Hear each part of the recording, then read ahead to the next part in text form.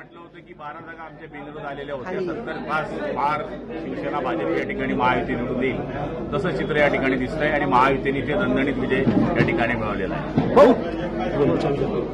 हो, महापालिकेत मुंबई महापालिका असेल या ठिकाणी देखील महायुतीला दणदणीत विजय या ठिकाणी मिळालेला आहे, काय सांगाल?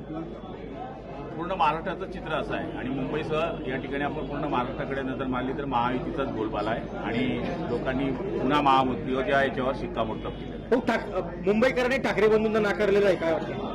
हे बघा, शेवटी काम, जनतेशी संपर्क, जनतेशी असलेला सध्याचा सक्रियपणा याला लोक स्वीकारत असतात आणि लोकांनी त्या पद्धतीचा कौल दिलेला आहे. त्या ठिकाणी मराठी आणि अमराठी तो मुद्दा जो होता त्या ठिकाणी ठाकरे बंधूंना नडला असं वाटतं आपल्याला? हे मराठी तर सगळेच आहे ना. या ठिकाणी आमच्याकडे निवडून येणारा सुद्धा महापौर जो होणार आहे तो मराठी आणि हिंदूच होणार आहे. भाऊ, ठाकरे बंधू एकत्र आले त्या ठिकाणी सत्ता येईल असं वाटत होतं, त्यांना नाकारलं का, काय वाटतं? हे बघा, नाकारण्याची बरीच कारणं आहेत, ती आता एका वाक्यामध्ये सांगता येणार नाही, पण शेवटी डेव्हलपमेंट आणि लोकांना असलेल्या सुविधा हे जे कोणी देतात ते कोणत्याही पक्षाचे असले त्यांना लोक स्वीकारतात, हे मुंबईने सिद्ध केलं. कुठलं कारण असं आहे की त्यामुळे आपल्याला वाटतं की ठाकरे बंधूंना मुंबईकर निष्क्रियपणा, मी पूर्वी बोललो निष्क्रियपणा, मतदान आलं की सक्रिय व्हायचं, याच्याने चालत नाही. 24 तास लोकांमध्ये राहावं लागतं, त्यामुळे आता निष्क्रियपणा सोडावा लागतो. लोकशाही मराठी ऐका, पहा, जागरूक रहा.